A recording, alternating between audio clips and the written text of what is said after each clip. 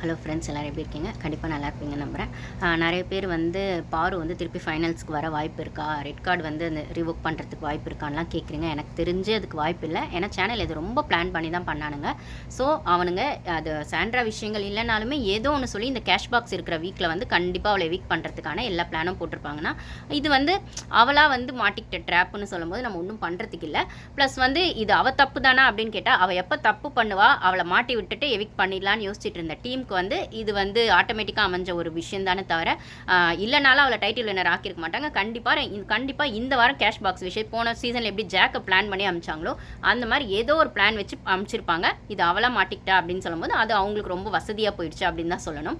இந்த இடத்துல வந்து இந்த ரெட் கார்டு அப்படிங்கிற விஷயம் வந்து நானும் ஃபஸ்ட்டு யோசித்தேன், ரொம்ப அவளுக்கு அஃபெக்ட் ஆகுமோ, கரியர் அஃபெக்ட் ஆகுமோ. ஆனால் யோசிச்சு பார்த்தா இந்த பிக் பாஸை பொறுத்த வரைக்கும் வின்னராக வரவங்கள பெருசாக எதுவும் சாதிக்கிறது இல்லை. நான் ஆக்சுவலாக இது சொல்கிறது தான், எந்த சீசனில் வின்னர் பெருசாக சாதிச்சிருக்காங்க. அது போன சீசன் முத்து ஆகட்டும், ஃபர்ஸ்ட்டில் எல்லா சீசன்லேயுமே மேபி அந்த சீசனில் இவங்க நல்லா பண்ணாங்கன்னு வேணால் யார் பேராச்சும் வரும், அடிப்படும். அது ஜாக் மாதிரி. ஜாக் கூட வின்னரே கிடையாது ஜாக்கு. அதுக்கப்புறம் வந்து அந்த ஒரு சில இந்த சீசன் சொன்னால் இவங்க பேரை சொல்லலாம்ப்பா அப்படிங்கிற மாதிரி இருக்கும். அவங்க கண்டிப்பாக வின்னராக இருக்க மாட்டாங்க அப்படின்னு சொல்லும்போது வின்னர்லாம் பெருசாக சாதிக்காத இந்த பிக் பாஸில் அந்த ரெட் கார்டு மட்டும் என்னங்க வேல்யூ ஆகிட போகுது?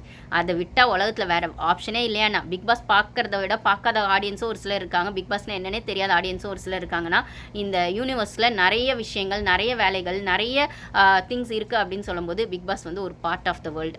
பார்ட் ஆஃப் த வேர்ல்டு கூட அது பார்ட் ஆஃப் த சென்னை மட்டும்தான். சென்னை பொறுத்த வரைக்கும் தான் இதுக்கான விஷயங்கள் நிறைய இருக்கே தவிர மற்ற எல்லா ஸ்டேட்ஸில் தான் ஃபேன்ஸ் இருந்தாலும் சென்னை தான் இதுக்கான டிப்பிக்கல் இடம் அப்படின்னு சொல்லும்போது, அவுட் ஆஃப் சென்னை போயிட்டா பிக் பாஸ் அப்படிங்கிற ஷோவே நிறைய பேருக்கு தெரியாது அப்படின்னும் போது இது ஒரு பெரிய விஷயமே இல்லை. இன்னொன்று இதில் கமருதீன் தான் கொஞ்சம் டவுனாக இருக்கார். அவர் கம்பேக் கொடுக்க கொஞ்சம் டைம் ஆகும் அப்படின்னு சொல்கிறாங்க. பட் ஆனால் பாரு வந்து நான் ஆல்ரெடி சொல்லியிருப்பேன், அந்த ஸ்பேஸில் மிஸ் டாம் அவங்கலாம் வந்து அவங்க பாரு ஃபேன்ஸ்லாம் நிறைய பேர் பேசுவாங்க, அவங்க கனெக்ட் ஆகுவாங்க அப்படின்னும் போது நிறைய யூடியூபர்ஸ் கூட சொல்கிறாங்க பாரு கிட்ட பேசுகிறோம் இல்லை ட்ரை பண்ணுறோம் அப்படிலாம் சொல்லும்போது ஒரு சிலர் பேசினதாக கூட சொல்கிறாங்க. எனக்கு தெரியல, நான் அந்தளவுக்கு நான் சொன்ன மாதிரி எனக்கு சான்ஸ் கிடச்சா நான் பேசுவேன். ஆனால் எனக்கு அந்த சோர்ஸ் கிடையாது, அவ்வளோ சோர்ஸும் கிடையாதுன்னும் போது இந்த மாதிரி அங்கங்கே வர விஷயங்கள் வச்சு தான் நான் உங்களுக்கு இன்ஃபர்மேஷன்ஸ் கொடுக்குறேன்னும் போது அவங்க மிஸ் டாம் ஸ்பேஸ்லலாம் பேசினது பார்த்தீங்கன்னா அவங்க ஆக்டிவாக திருப்பி பழைய மாதிரி வந்து பாரு வந்து இன்ஸ்டாகிராம்லேயோ ட்விட்டர்லேயோ சம் சோஷியல் மீடியாவில் ஆக்டிவாக இருக்காங்க. ஃபேட்மேன் வித் ஃபேக்ஸ் பார்க்குறவங்களுக்கு தெரியும். நான் ஒரு ரிவ்யூவும் பார்ப்பேன். இந்த வாட்டி அவரும் பாருக்கு அகேன்ஸ்ட் தான். பட் ஆனால் அகேன்ஸ்ட்ன்றது ஓரளவுக்கு அவருக்கான பர்ஸ்பெக்டில் பாரு நல்ல கேமர். ஆனால் அவர் செய்கிற விஷயங்கள்லாம் இப்படி இருக்குன்னு ப்ளஸ் வைக்கிறாரு தவிர ஜோ மைக்கிள் அளவுக்கு ரொம்ப மோசம் இல்லை. இப்போ கூட 2 நாள் முன்னாடி வந்து பாரு வந்து எவிக் பண்ணியிருக்கலாம். ஆனால் ரெட் கார்டு கொடுத்துருக்க வேணாம். ஒரு பொண்ணு லைஃபே வந்து ஒரு மாதிரி நீங்கள் வந்து டேமேஜ் பண்ணி அமைச்சிருக்கீங்க. ஆனால் அவகிட்ட எல்லா டிஆர்பியும் எடுத்திருக்கீங்க. எல்லா இன்ஃப்ளூயன்ஸும் அவளை வச்சு தான் இந்த சீசன் சம்பாரிச்சிருக்காங்கன்னு சொல்லும்போது கொஞ்சம் கூட நன்றி எல்லாமே இப்படி பண்ணியிருக்கீங்கன்னு திட்டி தான் இருக்கார் சேனலே அப்படின்னு சொல்லும்போது, ஸோ அப்படி சோஷியல் மீடியா நான் வந்து பெருசாக இன்ஸ்டாகிராம்லாம் கூட ஆக்டிவாக இல்லைங்க. இன்ஸ்டாகிராம் ட்விட்டர்லாம் பெருசாக இல்லை, யூடியூப் மட்டும் தான் பேசிகிட்டு இருக்கேன் போது அங்கங்கே போட்ட போஸ்ட்டுக்கு வந்து பாரு 2-3 போஸ்ட்டுக்கு லைக் போட்டதாகவும் ஷேர் பண்ணதாகவும் நிறைய பேர் கூட வந்து கொஞ்சம் கனெக்ஷனில் வந்து பேசிகிட்டு இருக்காங்க. கான்டாக்ட்ஸ் இருக்கணும் வரும்போது அவங்க வந்து ஆக்டிவாக திருப்பி பழைய மாதிரி கொஞ்சம் ஸ்டார்டிங் டவுனாக இருந்தாலும் அந்த சாட்டர்டே ஆச்சுங்களா எவிக்ஷனு 2 நாள் ஆயிடுச்சு இருந்தாலும் இப்போ திருப்பி பழைய மாதிரி கம்பேக் கொடுக்க ஆரம்பிச்சிருக்காங்க. ப்ராஜெக்ட் நோக்கி கூட ஒரு சில விஷயங்கள் பண்ணுறாங்க அப்படின்னு கேள்விப்படுறேன். So she is fine. அதே மாதிரி கமருதீனும் வந்து கமருதீன் ஃப்ரெண்டு போஹன், அவர் பேர் என்ன போஹன் சம்திங், அவரும் வந்து இல்லை என் ஃப்ரெண்டு நான் பார்த்துக்கிறேன், அவனும் ஓகே தான், கொஞ்சம் டல்லாக இருக்கான் பட் ஆனால் கம்பேக் கொடுத்துருவான் அப்படிங்கிற மாதிரி சொல்லும்போது 2 பேருமே தி போத் ஆர் ஃபைன் அப்படின்னு சொல்லும்போது நீங்கள் யாரும் கவலைப்பட வேணாம். நீங்கள் வந்து உங்களுக்கான நார்மல் லைஃபை ரெகுலர் ரொட்டீனை நீங்கள் வந்து ஃபாலோ பண்ணுங்கள்.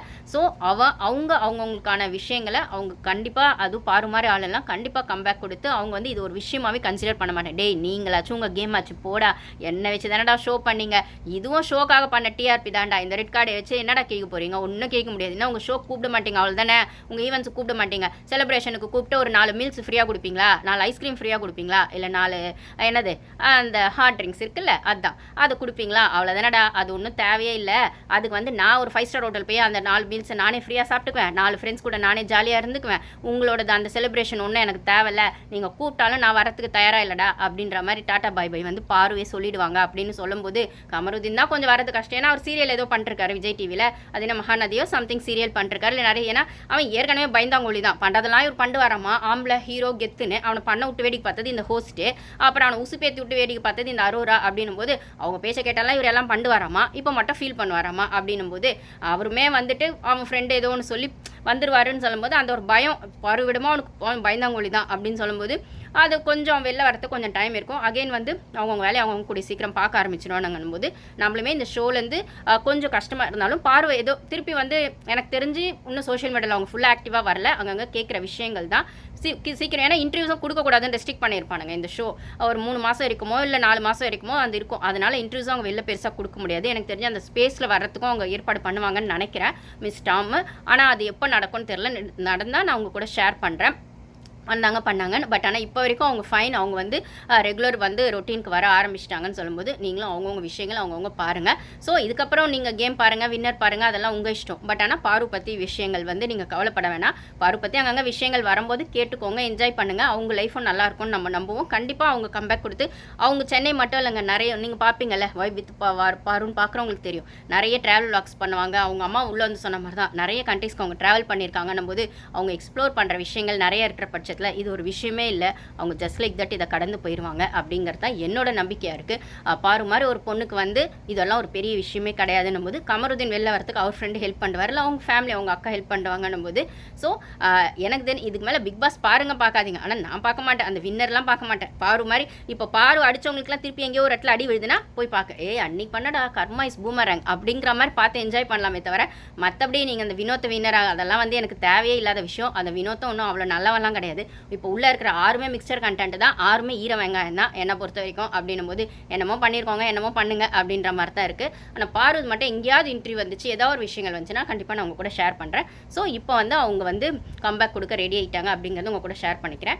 அதே மாதிரி விகடனில் வந்து விகடன் நான் வந்து ஆல்ரெடி சொல்லியிருப்பேன்.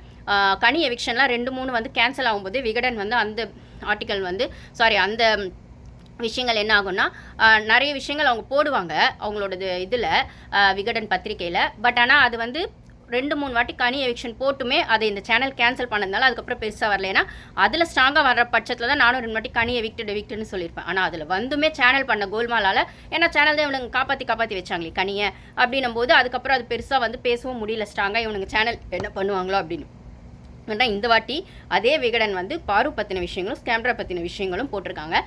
பாரு தான் வந்து சீசன் 9 ஆண்ட ராணி அப்படின்னு போட்டிருக்காங்க. அதாவது ஆட்சி செய்த ராணி அப்படிங்கிற மாதிரி பாரு அப்படின்னு போடும்போது இதை விட டைட்டில் வின்னர் அப்படிங்கிற பட்டம் பெருசாக தேவைப்படாதுன்னு நினைக்கிறேன். ஸோ அந்த பத்திரிக்கை அவ்வளோ ஸ்ட்ராங்காக போட்டிருக்காங்க. அது மட்டும் இல்லாமல் சாண்ட்ரா வந்து அவங்க பண்ண அந்த பேனிக் அட்டாக் சம்திங் எல்லாமே வந்து ட்ராமா தான் அப்படின்னு ஒரு 2-3 பேஜுக்கு போட்டிருக்காங்களா. நான் வந்து ஓப்பனாக அதை பார்க்கல. பட் ஆனால் சோஷியல் மீடியாவில் போகுது. யாராவது பார்த்துருந்தா நம்ம கமெண்ட்ஸில் ஷேர் பண்ணுங்கள், நம்ம ஃப்ரெண்ட்ஸ் யாராவது பார்த்துருந்தீங்கன்னா. ஸோ சாண்ட்ராவோட குட்டியும் வெளிப்படுத்தி பாரு தான் இந்த சீசனோட ரன்னர், அவள் தான் வந்து இந்த சீசனை தூக்கி நிறுத்தியிருக்கா, இந்த ஷோட ரன்னரே அவள் தான், சீசன் 9 ஆட்சி செய்த ராணி அப்படிங்கிற மாதிரி தான் ஆட்சி செய்த பாரு அப்படிங்கிற மாதிரி போனால் இதை விட பெருசாக டைட்டில் வின்னிங் தேவைப்படாதுன்னு தான் எனக்கு தோணுது. இதில் நீங்கள் ஆம்பளைக்கு டைட்டில் வின்னிங் கொடுங்க, அரோரா கொடுங்க, யாருக்கு வேணால் கொடுங்க, ஷோவே முடியல ஆனால் டைட்டில் வின்னர் இவங்க தான் அப்படின்னு நாங்கள் டிசைட் பண்ண மாதிரியே ஒரு பத்திரிக்கையும் டிசைட் பண்ணி அதை போட்டுருச்சுன்னும் போது இதுக்கு மேலே அந்த டைட்டில் வின்னர் கப்புக்கு ஒரு வருத்தம் இல்லை தான் என்னை பொறுத்த வரைக்கும். எப்படி போன சீசனில் முத்து டைட்டில் வின்னர்னு தெரிஞ்சாலுமே ஜாக் எவிக்ட் ஆனோடனே எங்களுக்கு இந்த சீசனில் குயின் ஜாக் தான்ப்பா அப்படின்னு வந்து நாங்கள் ஜாக்குக்காக நின்னமோ அந்த மாதிரி தான் இந்த வாட்டியுமே போன வாட்டியாவது முத்துன்னு தெரிஞ்சது, இந்த வாட்டி அது கூட தெரில யாருன்னு. ஆனால் பாருதா அப்படின்னு ஒரு விஷயம் வரும்போது அதுதான் ரியாலிட்டி அப்படின்னும் போது அந்த ரியாலிட்டி மட்டும் எங்களுக்கு போதும். நீங்கள் இந்த ரியாலிட்டி ஷோவில் யாரை வேணால் வின்னர் ஆக்கிக்கோங்க. ஸோ பாரு ஃபேன்ஸ்க்கெலாம் நான் இதை சொல்லிடுறேன். ஸோ அந்த பத்திரிக்கையில் வந்த விஷயங்களை இப்போ ஸ்ப்ரெட் ஆகிட்டு இருக்கு அப்படின்னும் போது ஸ்கேண்ட்ராவோட ஃப்ராடு தனமும் ஸ்ப்ரெட் ஆகிட்டு இருக்கு அப்படின்னும் போது இதுவே பாருக்கு கிடச்ச பெரிய வெற்றியாக நம்ம பார்க்கணும். அதை நம்ம கொண்டாடுற இடத்துல இருப்போம். பாரு பற்றி நம்ம கவலைப்பட வேணாம். அவள் வந்து அவளுக்கான லைஃப்பை சூப்பராகவே லீட் பண்ணுவான்னு நம்புவோம். Thank you guys.